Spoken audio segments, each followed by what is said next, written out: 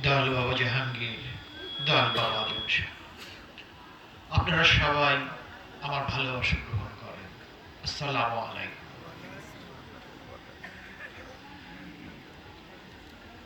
এতক্ষণ খুব চমৎকার আলোচনা হচ্ছিল। বাবা সাইফুর দীর্ঘ সময় ধরে অনেক কথা বলেছেন, খুব সাজিয়ে গুছিয়ে বলেছেন। বাবা রত্ন শাহ বলেছেন, এবং তারা আসলে আমাদের মূল কথাগুলো বলেছেন, এবং যেভাবে বলেছেন আমাদের মধ্যে সেরকম ভাবেই বলা উচিত। মানে ওয়াজের একটা আলাদা ফরম্যাট আছে, ওগুলি শুনলে আমরা উদ্দীপিত হই। তখন আমাদের ওই ওই যে কথা বলার যে ঢং, কথা বলার যে স্টাইল, সেগুলো আমাদেরকে মুগ্ধ করে, আমরা মুগ্ধ হয়ে শুনি। কিন্তু আরো সহজভাবে যদি আমরা নিজেরা যেভাবে কথা বলি, সেভাবে যদি আমরা বলি, কথাবার্তা বলি, তাহলে মনে হবে যে আমরা নিজেরা কথা বলছি, নিজেরা যেটি আমি বুঝেছি সেটি আমি আপনাদের কাছে উপস্থাপন করছি। এই ভঙ্গিটা আরো বেশি সহজভাবে গ্রহণযোগ্য হয়। ওই ওয়াজের যে ঝলসানি ঝামকানি, ওগুলোর একটা স্টাইল আছে, ওগুলোর একটা মানে চমৎকারিত্ব আছে, কিন্তু সহজভাবে কথার মধ্যে পারস্পরিক যে বোঝার যে ব্যাপারটা, সেটা একটু ভালোভাবে হয়। সুতরাং আমরা এভাবেই কথা বলতে পারি। আজকে আমরা 1 বছর পর আবার এসেছি আনোয়ারা মা খায়রুল বাবার পরিবারে। তারা প্রতি বছর এই আয়োজনটা করে। তাদের মুর্শিদ আমার শ্রদ্ধেয় গুরু ভাই শাহ সুফি বাবা আজম শাহ আল জাহাঙ্গীর, উনি এখানে আসেন। এবছর তার শরীরটা অতটা, এখন তো তোর বয়স হয়েছে, এখন শরীর অতটা অ্যালাউ করে না। আর এই পরিস্থিতিতে না আসাটাই তার জন্য শরীরের জন্য সুবিধাজনক। কিন্তু শারীরিকভাবে না আসলেও রুহানিতে তিনি আমাদের মধ্যেই আছেন, সবসময় আমাদের মধ্যে থাকবেন, তার ভক্তরা সেটা অনুভব করতে পারে। আমরা যে আলোচনাটি চলছে, সেই ধারাবাহিকতা, সেই কথাগুলি আসলে কতগুলি মূল কথাগুলি কিন্তু এখানে বলা হয়েছে, যেটি আমাদের বারবার বলা দরকার। যে আমরা ফকিরিতে যে আসি, পীর ধরি, কি কারণে আসি, কি কারণে ধরি? একদিকে যে আমরা তো জন্মসূত্রে মুসলমান, জন্মসূত্রে মুসলমান, এটা কিন্তু কোথাও মানে মুসলমান হওয়াটা কিন্তু অত সহজ না। আমরা এটা একটা পরিচয় পাই, কিন্তু এই যে কোরআন শরীফেই একটা আয়াতে আছে যে হে আমানুগণ, আমার মানে বিশ্বাসীগণ, হে বিশ্বাসীগণ, তোমরা মুসলিম না হয়ে কবরে এসো। আমানু মানে তো সে মুসলমান ধর্মের মধ্যেই আছে, মুসলমান ধর্মের মধ্যেই আছে। আর মুসলিম দুইটা এক জিনিস না। মুসলিম হলো আত্মসমর্পণকারী, যে আল্লাহর কাছে, মালিকের কাছে পুরোপুরি আত্মসমর্পণ করেছে। এটা আরো উচ্চতর গভীর স্তরের বিষয়। ঠিক আছে, তাহলে আত্মসমর্পণ করার জন্য কতগুলো শরীয়ত, কতগুলো নিয়ম কানুন দিয়ে দিচ্ছে, ওগুলো করলেই তো হয়। ওগুলো করলে নিশ্চয়ই হয়, কারণ ওগুলো হওয়ার একটা পথ এবং পদ্ধতি। তো এটার প্রধান পদ্ধতি কি? প্রধান পদ্ধতি হচ্ছে আমরা যে নামাজ, নামাজ পড়তে হবে। নামাজ নিশ্চয়ই নামাজ পড়তে হবে, মহানবী নিজেও পড়েছেন, তিনি দিয়েও গেছেন। এখন নামাজ মানে কোরআনে তো নামাজ কথা নেই, ওখানে আছে সালাত। আর সালাতটা কি? সালাত হচ্ছে, আমরা জানি যে সালাত হচ্ছে মুমিনের মেরাজ। মেরাজ মানে কি? আল্লাহর সঙ্গে সম্পর্কিত হওয়া, দিদার লাভ করা। এবার আমরা যে 40 বছর ধরে নামাজ পড়ি, 50 বছর ধরে নামাজ পড়ি, আমাদের কি ওই মেরাজটা হয়েছে? আল্লাহর সঙ্গে কি আমাদের সেই সংযোগটা, দিদারটা হয়েছে? আমরা নিজের সাক্ষী নিজে। যদি না হয়ে থাকে তাহলে আমার মেরাজ হয়নি, ওই নামাজের ওই স্তরে পৌঁছে। সালাত অবশ্যই খারাপ কাজ থেকে বিরত থাকা, অবশ্যই অশ্লীল কাজ থেকে বিরত থাকা। এখন আমরা যেভাবে নামাজটা পড়ি, নামাজটা পড়ে আমরা কি অশ্লীল কাজ থেকে বিরত থাকি? আমরা চারপাশে যে তাকাই, আমাদের চারপাশে যারা আছে, তারা কি ওই খারাপ কাজ থেকে, মন্দ কাজ থেকে বিরত থাকে? কোরআনে যতবার বলা হয়েছে, বেশি করে কি বলা হয়েছে? ঈমান আনো এবং সৎকর্ম করো, ঈমান আনো এবং সৎকর্ম করো। সৎকর্মের উপর জোর দেওয়া হয়েছে। কারণ সৎকর্মের মধ্যে কি, সৎকর্ম কি, সেগুলো বারবার বলা হয়েছে। যে এতিমের থেকে যে মুখ ফিরে গেল, সে ইসলাম থেকে খারিজ হয়ে গেল। তুমি পরের হক নষ্ট করো, পরের হক যদি নষ্ট করো, তাহলে আমি আল্লাহ তাকে ক্ষমা করবো না, যদি যার হক নষ্ট করা হয়েছে সে ক্ষমা না করে। পরের হক কতখানি, এবং আমরা সেটা কতখানি সেটা পালন করি। যদি সেই পালনটা আমরা না করি, তার আসল কাছ থেকে আমরা বিচ্ছিন্ন, তাহলে নামাজটা তখন আমাদের জন্য একটা অনুষ্ঠান মাত্র হয়ে থাকে। এই কথাগুলো আমি মোটেই নামাজের কোনো বিরোধিতা করছি না, আমি শুধু এটাই বলতে চাচ্ছি যে নামাজের অন্তর্গত কিছু ব্যাপার আছে, সেইটা যদি সঠিকভাবে পালন করতে না পারি, তাহলে যে অনুষ্ঠানটা করি এটা আমাদের একটা আনুষ্ঠানিকতা মাত্র। দাঁড়ানো বসানো কপাল ঠোকানোর মধ্যেই কল্যাণী। আল্লাহ দেখেন তোমার অন্তর। যেমন কোরবানির পশুর রক্ত মাংস কিছুই আল্লাহর কাছে পৌঁছায় না, পৌঁছায় তোমাদের তাকওয়া। তাকওয়া আছে আল্লাহর উপর নির্ভরশীলতা, আল্লাহর প্রতি ভয়, আল্লাহর সঙ্গে সংযোগ যে যতভাবেই করবেন আল্লাহশীলতা। তাহলে কোরবানিটা বিধান আছে, হ্যাঁ ঠিক আছে, এটা বছর একবার কোরবানি দিয়ে খাওয়া হোক, বিতরণ করা হোক, উৎসব করা হোক, কিন্তু এটা আসল কোরবানি। কোরবানি হচ্ছে রক্ত মাংস আল্লাহর কাছে পৌঁছানো, আল্লাহর কাছে পৌঁছায় তাকওয়া, তার মানে আমাদের অন্তরের দিকটা। এই যে অন্তরের দিকটা এটা প্রত্যেকটাই থাকে। ওই হজ করতে গিয়ে 3টা পাথরের স্তম্ভকে 7টা করে পাথর মারা হয়, কিন্তু ওই 3টা যাদের নামও আছে, বড় শয়তান, মেঝো শয়তান, ছোট শয়তান, কিন্তু ওই পাথরের স্তম্ভগুলো কোনোটাই শয়তান না। শয়তান দুনিয়ার কোথাও থাকে না, শয়তান থাকে একমাত্র আমার অন্তরে, আপনার অন্তরে, মানুষের অন্তরে। এই শয়তানটাকে পাথর মারতে হবে, শয়তানকে পাথর মারতে হবে না, এটাকে বিতাড়িত করতে হবে, আমার থেকে তাড়িয়ে দিতে হবে। এটা হচ্ছে মূল কথা। তাহলে ওই শরীয়তের যে বিধানটা, হজ করতে যে এটা একটা অবশ্যই কর্ম যে সেখানে ওই পাথর মারতে হবে, কিন্তু এইটা একটা প্রতীকী মানে রূপক একটা ব্যাপার, একটা শিক্ষা দেওয়া যে শয়তানকে পাথর মারতে হবে, তাহলে শয়তানকে তাড়িয়ে দিতে হবে। আর শয়তানকে তাড়াতে হলে বাইরে কোথাও নাই, শয়তান হচ্ছে আমার ভিতরে, আমার ভিতরের শয়তানকে তাড়াতে হবে। আর এই যে অন্তর্গত ব্যাপার, আমরা রোজাও তাই, রমজানে সবগুলো বড় বড় শয়তানকে বেঁধে রাখা হয়, কিন্তু রমজান মাসে কি আমরা কোন শয়তানি কাজ কমতে দেখি? তখন কি ঘুষ খাওয়া বন্ধ হয়? তখন কি চুরি করা বন্ধ হয়? তখন কি ভেজাল দেওয়া বন্ধ হয়? তখন কি মাপে কম দেওয়া বন্ধ হয়? তখন কি মিথ্যা কথা বলা বন্ধ হয়? রোজা রেখে তো মানুষ এগুলো করছে। তাহলে যদি করে, তাহলে ওই যে বেঁধে রাখা হয়, সেটা বেঁধে রাখা হলো কোথায়? ওখানে তাৎপর্য হলো যে সিয়ামে আছে, যে প্রকৃতভাবে রোজায় আছে, এটা অন্তর্গত বিষয়, তার তার জন্য শয়তান বেঁধে রাখা হয়েছে, তার শয়তান তো কাজ করবে না, সে তো অন্তর্গতভাবে রমজানের যে মূল উদ্দেশ্য বিধিও সেটা সে পালন করছে। এরকম প্রত্যেকটা জিনিসই তাই। তো সেই অন্তর্গত জিনিসগুলো ধরবার যে জন্য আমাদের এই বাইরের থেকে সাধারণত এটা আমরা শিক্ষাটা পাই না, পরিবারেও পাই না, স্কুল কলেজেও পাই না।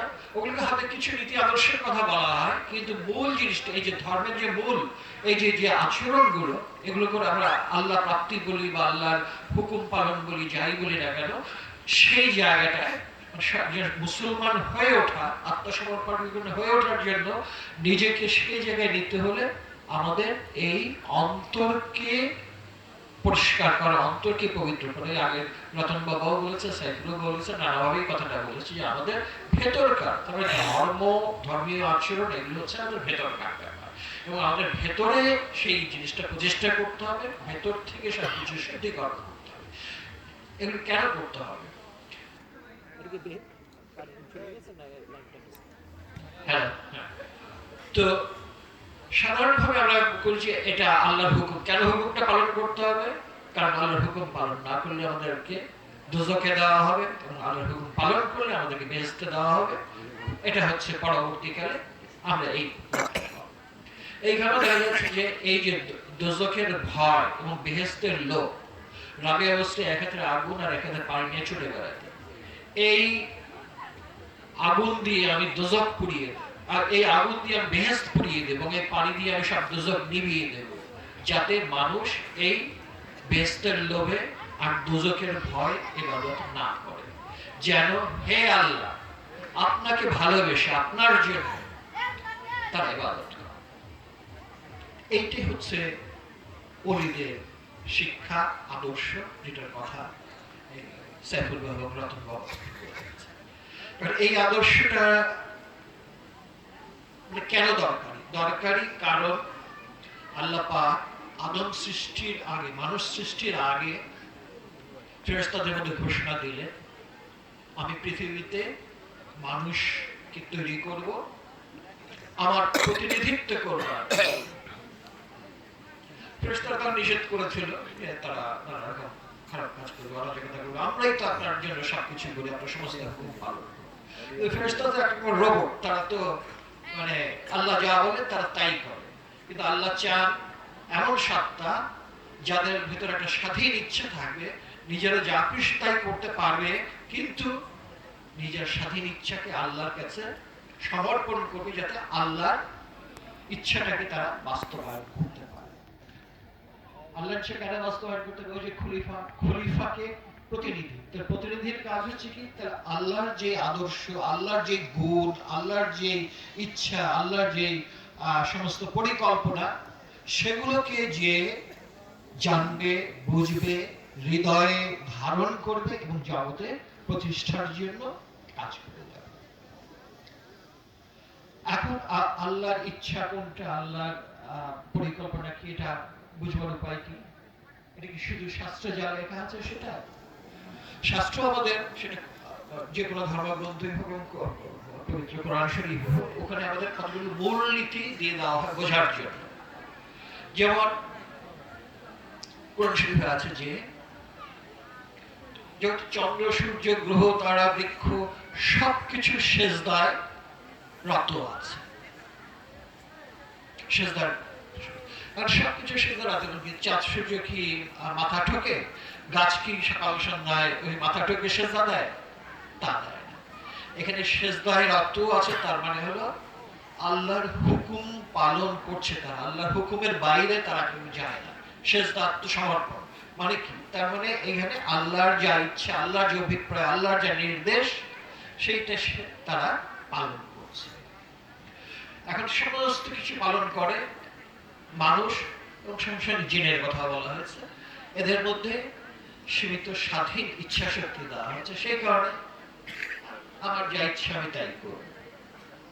এই যে আমার যা ইচ্ছা আমরা তাই করব, আমার আমিত্ব, এই জায়গাটা, এটাই হচ্ছে মানুষকে একটা জিনিস দিয়ে দেওয়া হচ্ছে, যে জিনিসটা নিয়ে পৃথিবীতে মানুষ আল্লাহর ওই খলিফা হতে পারে না, হওয়া থেকে বিরত থাকে।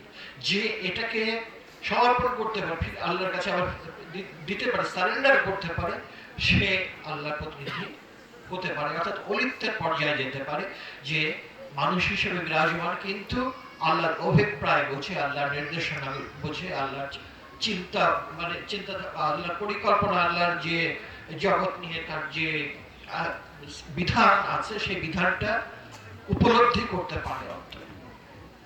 তো সেই পর্যায়ে যেতে আমাদের সমস্যা কি? আমরা সবাই কেন পারি না? সবাই কিন্তু মানুষ হিসেবে আমরা কেন সেইভাবে আল্লাহর প্রতিনিধি হই না? কেন হয় না? এটাও সেই কোরআনের বর্ণনার মধ্যে আছে। আল্লাহ যখন মানুষকে তৈরি করলেন, আদমকে তৈরি করলেন, আদমকে তিনি সমস্ত জ্ঞান শিক্ষা দিলেন, নাম শিক্ষা দিলেন। ফেরেশতাদের জিজ্ঞেস করলো, ফেরেশতারা বলতে পারলো না। আদমকে জিজ্ঞেস করলো, আদম সেটা বললো। আদম যখন বললেন, তার মানে আদম ওই ফেরেশতাদের থেকে জ্ঞানী। ফেরেশতাদের বললেন, তোমরা তাকে সেজদা দাও। সবাই সেজদা দিল। ফেরেশতাদের সর্দার আজাজিল উনি দিলেন। আল্লাহ বললেন, তুমি আমার হুকুম কেন মানলে না? তুমি কেন সেজদা দিলে না? তিনি বললেন, আনা খায়রুম মিনহু, আমি আদমের থেকে উত্তম। তো সে মাটির তৈরি, আমি আগুনের তৈরি। সে নিচে, আমি ঊর্ধ্বমুখী। তখন আল্লাহ বললেন, কি তুমি অহংকার করলে? বহিষ্কার হও। ফেরেশতাদের সর্দার আজাজিল এক মুহূর্তে ইবলিস শয়তানে পরিণত হলো। কি কারণে হলো? ওই যে অহংকার, আমি তার থেকে উত্তম, আমিত্ব। এই আমিত্বর কারণে ফেরেশতাদের সর্দার আজাজিল ইবলিস শয়তানে পরিণত। তো সে যখন ওই আল্লাহর ওই লানতটা পেল, তখন বলল যে, হে আমার রব, যে আদমের কারণে আজকে আমার এই লানতের বোঝা মাথায় চাপলো, আপনি আমাকে এই অনুমতিটুকু দেন যে আদম এবং তার বংশধরদের আমি পথভ্রষ্ট করবার জন্য সর্বতভাবে কুপরামর্শ ওয়াসওয়াসা নিয়ে যাব। তাহলেও ঠিক আছে, তোমাকে এই অনুমতিটা দেওয়া হলো যে আমার প্রকৃত বান্দা, তুমি তার কিছু করতে পারবে। সেই থেকে এই শয়তান মানুষকে ওয়াসওয়াসা দিচ্ছে। শয়তান যে ওয়াসওয়াসা দিচ্ছে আমাদের, আপনাকে দিচ্ছে, আমাকে দিচ্ছে, শয়তান তো সবার মধ্যে আছে। আপনি কি কখনো শোনেন শয়তান কি আপনার সামনে এসে দাঁড়ায় কোনো রূপ নিয়ে কুপরামর্শ দেয়, নাকি আপনার কানে কানে কিছু বলে? কোনোভাবেই না। কিন্তু শয়তান তো আছে আপনার ভিতরে, আমার ভিতরে। কোথায় শয়তানকে আমরা কেমনে বুঝবো? শয়তানকে বুঝবার বড় উপায়টা হলো শয়তান যেই কারণে শয়তান হয়েছিল, অহংকার করে, আমিত্বর কারণে। আমাদের প্রত্যেকের ভিতরে সেই আমিত্বটাই শয়তানের বাসস্থান। এই আমিত্বর মধ্যে দিয়েই শয়তান আমাদের ওয়াসওয়াসা দেয়। এই আমিত্বর কারণেই আমাদের ওই যে মেজাজ বিগড়ে যায়, রাগ হয়, ঘৃণা হয়, হিংসা হয়। এই আমিত্বের কারণে আমরা আলস্য করি, দায়িত্ব পালন করি না। এই আমিত্বের কারণে আমরা ঝগড়া করি। এই আমিত্বের কারণে আমরা লোভ করি, লোভের পরে লোভ। এই সব কিছুর পিছনে মূল আমিত্ব। এই আমিত্বটাকে যদি আমরা চিনতে পারি এবং এই আমিত্বটাকে আমরা যদি তুমিত্বে মানে আল্লাহর কাছে সমর্পণ করতে পারি, তখনই আমি আল্লাহময় হয়ে যাই। কারণ আল্লাহ আমার ভিতরে বিদ্যমান, আপনার ভিতরে বিদ্যমান, সবার ভিতরে বিদ্যমান। কিভাবে বিদ্যমান? আল্লাহ তো আদমকে তৈরি করার পর তার মধ্যে রূহ উৎকার করে দিয়েছে। পরম্পরাক্রমে আমাদের সবার মধ্যেই রূহ আছে, ঘুমন্ত রূপে। আর যিনি নিজের আমিত্বকে আল্লাহর কাছে উৎসর্গ করতে পেরেছেন, যিনি প্রজ্ঞায় জ্ঞানে উজ্জীবিত হয়েছেন, তার ভিতরে সেই রূহটা জীবন্ত। তো এই যে সবার ভিতরে রূহ রূপে আল্লাহ আছে, সেই আছে, কিন্তু সেই আল্লাহকে আমরা কেন অনুভব করি না? আছেন, এটা বুঝতে কেন? ওই শয়তানকে যে কারণে করি না, আল্লাহকেও সেই কারণেই করি না। প্রত্যেকটা আমাদের ভিতরে সত্যভাবে আছেন। আর শয়তান আমাদেরকে, এবং শয়তানের যত রকম অন্যান্য যে বিষয়গুলো আছে, আমাদের অজ্ঞানতা এবং আমাদের এই যে প্রবৃত্তিগুলো, লোভ, ঘৃণা, ভয়, এইগুলো আমাদের সারাক্ষণ আমাদের মধ্যে ব্যস্ত আছে। জ্ঞানীরা সবাই বলছেন নিজেকে জানো। ফকিরি বা সুফি যেটা নামে বলে রাখেন, এটারও মূল কথা হচ্ছে মান আরাফা নাফসাহু ফাকাত আরাফা রাব্বাহু। যে নিজের নফসকে চিনেছে সে তার রবকে, প্রভুকে চিনেছে। নফস কি? নফস হচ্ছে আমাদের প্রাণ, আমাদের মন, আমাদের প্রবৃত্তি, প্রবণতা, লোভ, মোহ, ঈর্ষা, যা কিছু আছে আমাদের ভিতরে, মানসিক জগৎ, সব কিছু মিলিয়ে আমাদের নফস। তাহলে নিজেকে জানো মানে কি? আমার নিজের ভিতর দিকে তাকাতে হবে, আমার মনের দিকে তাকাতে হবে, আমার অবস্থাগুলোর দিকে তাকাতে হবে। ওগুলোর দিকে তাকালে আমি বুঝতে পারবো আস্তে আস্তে যে আমার ভিতরে কোনটা ভালো কোনটা খারাপ, এটার একটা সাধারণ মানদণ্ড আমাদের আছে। সেই মানদণ্ডে আমরা বুঝতে পারবো যে আমাদের ভিতরে কতটা খারাপ, কোনটা খারাপ। গোপন আমরা বাইরে দিয়ে হয়তো ভালো দেখাই, কিন্তু ভেতরে ভেতরে তো আমরা জানি আমার ভিতরে লোভ জাগে কিনা, আমার ভিতরে হিংসা হয় কিনা, আমার কোনো বন্ধু যদি পরীক্ষায় ভালো রেজাল্ট করে, কিংবা একটা ভালো চাকরি পায়, কিংবা একটা ভালো অবস্থায় আমার ভিতরে জলে, যে জায়গায় আমার জলে, ওটা হলো আমার ঈর্ষা। ওইখানে আমার শয়তানের আমার ভিতরে কাজ করছে। এইভাবে আমি যদি প্রত্যেকটা জিনিস বুঝতে চিন্তা শুরু করি এবং সেই সম্পর্কে সচেতন হই, তাহলে ওইগুলো যে অটোমেটিকলি আমাকে অধিকার করে বসে, আমার উপর মতব্বরি করে, আমাকে দাস বানিয়ে রেখেছে। আমি মনে করছি আমি স্বাধীন, দাস বলছি স্বাধীন না। আমার ভিতরে তো আমার ওই শয়তানের ওয়াসওয়াসা আর এই প্রবৃত্তি, প্রবণতা সবকিছু আমাকে নিয়ন্ত্রণ করছে। আমি যখনই আমার মনটা ঘুরিয়ে আমি নিজের ভিতরে ওইগুলো দেখতে থাকবো, তত ওগুলোর ক্ষমতা কমতে থাকবে। মানে ওগুলো আমার মুখোমুখি হচ্ছে, ওগুলো তো আর আড়াল থেকে আসতে পারছে না। আমার ওই নিজেকে নিয়ন্ত্রণের আত্মশুদ্ধির পর্যায়টা শুরু হবে যখন আমি ওই নিজের ভিতরে তাকিয়ে নিজের ভুল ত্রুটি, দোষ, সীমাবদ্ধতা যা কিছু আছে, আমার ভিতরে কি কি জিনিস কাজ করছে, আমার সাক্ষী আমি, এটা আর কেউ জানে না। আমার ভিতরে কি হচ্ছে সেটা শুধু আমি জানি। সেই জানাটা আমি যত স্পষ্ট করতে থাকবো, তত ওগুলোর ক্ষমতা কমতে থাকবে। আর আমার ভিতরে আল্লাহ মানে কি? আল্লাহ হচ্ছে সমস্ত ভালো যত নাম গুণ আছে তার সমষ্টি। আল্লাহ রহমানুর রহিম, দয়ালু, তিনি জ্ঞানী, তিনি ক্ষমতাবান, তিনি সবকিছু দেখেন, তিনি সবকিছু শোনেন, ইত্যাদি ইত্যাদি যত কিছু আছে সবকিছু আমার ভিতরে আছে। আমিও দেখি, আমিও দয়া করি, আমিও ভালোবাসি, আমার ভিতরেও জ্ঞান জাগে। কিন্তু ওগুলো ভেজাল হয়ে যায়, মানে এই শয়তানের যখন মেশে, আমাদের প্রবৃত্তি যখন মেশে, ওগুলো অতটা শক্তিশালী হয়। কিন্তু যখনই এইগুলোর প্রভাব, মানে এই নিচের প্রবৃত্তি প্রবৃত্ত শয়তানিগুলোর থেকে আমি নিজেকে একটু মুক্ত করতে থাকবো, ততই আমার ওই রহমানিয়া, মানে আল্লাহর যে গুণাবলী, ওইটার দিকে আমি যেতে থাকবো। এটা হলো আমার ওই আত্মিক জগৎ। এইভাবে আমি আমার নিচের জগৎ থেকে, অর্থাৎ শয়তান পীড়িত, প্রবৃত্তি পীড়িত যে জায়গা, এখান থেকে আমি উপরের দিকে উঠতে থাকবো, তত আমি আল্লাহময় হতে থাকবো, আল্লাহর গুণে গুণান্বিত হতে থাকবো, আল্লাহর রঙে রঞ্জিত হতে থাকবো। এইটাই হচ্ছে অলি। অলি আর সাধারণ মানুষের মধ্যে পার্থক্য এই, রাস্তা সবকিছু একই, দেখতে তো একই। আর মুসলিম, আমি তোমাদের মতের মানুষ, মহানবী বলছেন, তোমার সেটা বটে, দেখতে আমাদের মতো, তিনিও খান, তিনিও ঘুমান, তিনিও এক সময় পর্দা, সবই মানুষের মতো, কিন্তু তার অন্তর অন্য জিনিস, তার অন্তর নুরময়। অলিদের অন্তর নুরময়, সেই রকম নবীর আধ্যাত্মিক উত্তরাধিকারিত্ব ওলিরা। তো সেই নুরময় আমিও হতে পারি, যদি আমার চেষ্টাগুলো অব্যাহত থাকে এবং আমার উপরে ওই মানে সাধুদের সঙ্গ, মানে অলিদের সঙ্গ, মহৎদের সঙ্গ, সেই সঙ্গটা নিতে পারি, তাদের পরামর্শ। যে কোনো জিনিস শিখতে গেলেই তো একজন শিক্ষক, গুরু দরকার। আপনি সরাসরি কখন শিখতে গেলেও লাগবে, নাচ গান শিখতে গেলেও লাগবে, কৃষিকাজ শিখতে গেলেও লাগবে, মানে যে জানে তার কাছ থেকে শিখতে হবে, সবকিছুই যে জানে তার কাছ থেকে শিখতে হবে। এই আধ্যাত্মিকতা যে জানে, যে ওই মানে নিজেকে মুক্ত করেছেন বা পদ্ধতিটা জানে, তার কাছ থেকে যেতে হবে, তাদের সঙ্গ নিতে হবে। যেরকম সঙ্গ নেই, সেরকম ভাবে আমাদের মন প্রভাবিত হয়। তো সেগুলো আমাদের সাধু সঙ্গের মধ্যে থাকি, অলিদের সঙ্গে থাকি, একজন অলিকে নিজের গুরু হিসেবে ধরে নিয়ে, গুরু ধরা কি সেরে আমার মুর্শিদ বাবা যাকে হ্যাঁ পীর ধরা সেরে, তার পীর ধরা সেরে, এটা গুরু বলতেছেন বলে আমরা সারাক্ষণ সেরেকের মধ্যে আছি, সবকিছুই সেরে। সেরে কিন্তু আমরা তো আল্লাহর মধ্যে নেই, আমরা তো আল্লাহর সঙ্গে সম্পর্কিত নেই, আমরা তো আল্লাহওয়ালা নই। যতক্ষণ পর্যন্ত আমরা আল্লাহওয়ালা নই, ততক্ষণ পর্যন্ত আমরা সেরে নিয়ে আছি, কারণ আমরা আমাদের ইচ্ছাটাই, আমাদের নিজেদের ইচ্ছা করাটাই সেরে। আমার ইচ্ছা আমি করবো, আমার ইচ্ছা আমি করছি, এই আমার ইচ্ছাটাই সেরে। আমার ইচ্ছা আমি চলতে পারি না, আমাকে চলতে হবে আল্লাহর ইচ্ছায়। যতক্ষণ পর্যন্ত আমার ইচ্ছা আমি চলতেছি, ততক্ষণই আমি সেরে। এই সেরেক থেকে মুক্ত হওয়ার জন্য আমার একটা নৌকা লাগবে, গুরু হচ্ছেন সেই নৌকা। এটাও একটা সেরেক, কারণ এটা আমার একটা মাধ্যম।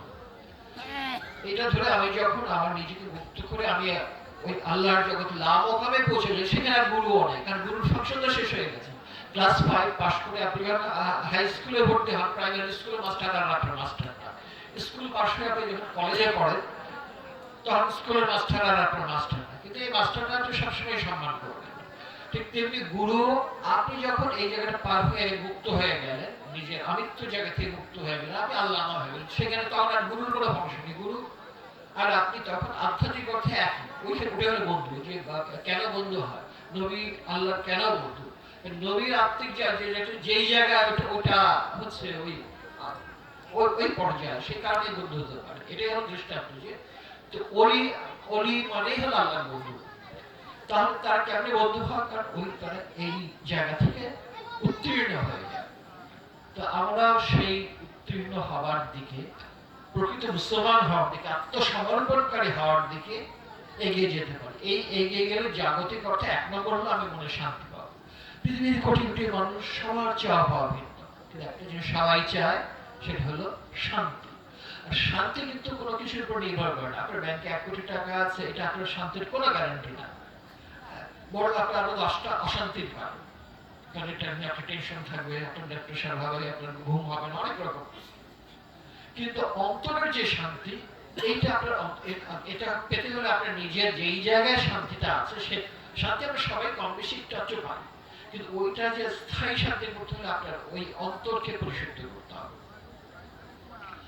1 নম্বর হলো শান্তি। 2 নম্বর হলো যে আমি জন্ম থেকে মৃত্যু পর্যন্ত এই সময়টা যে পার করব, এটা আমি সবচেয়ে সঠিকভাবে কিভাবে পার করতে পারি। আমার বেঁচে থাকার জন্য কিছু জিনিস দরকার হবে, খাওয়া পড়া দরকার হবে, থাকার জন্য দরকার হবে, পোশাক আশাক দরকার হবে, চিকিৎসা দরকার হবে। এগুলো সবচেয়ে কম কতটুকু হলে আমার চলে, কারণ আমি যত বেশি আমি চাহিদা করতে থাকবে, তত বেশি আমাদের লোভ বাড়তে থাকবে, তত বেশি আমি আরো চাই, আরো চাই, আরো চাই। কয়েক হাজার কোটি টাকা বিদেশে পাচার করে দিচ্ছে, আমেরিকায় 13টা গাড়ি বানাচ্ছে, ও করছে, ও করছে। এগুলো সব হচ্ছে মাত্রাহীন লোক, আমি ভোগ করতে পারি না। আমার যতটুকু প্রয়োজন মিনিমাম, এবং পৃথিবীতে যা সম্পদ আছে, এটা পৃথিবীর যা মানুষ আছে সবার জন্য পর্যাপ্ত। কিন্তু কিছু মানুষ এগুলো দখল করে, কিছু মানুষ এগুলো উপভোগ করে, আর বেশিরভাগ মানুষের বঞ্চিত থাকে। এটা পৃথিবীর মানুষেরা যদি একটা সুন্দর সিস্টেম তৈরি করে, তাহলে আর মানুষের এত অভাব অভিযোগ কিছুই থাকবে। সবাই আমরা খেয়ে পড়ে বাঁচবার মতো সম্পদ পৃথিবীতে আছে।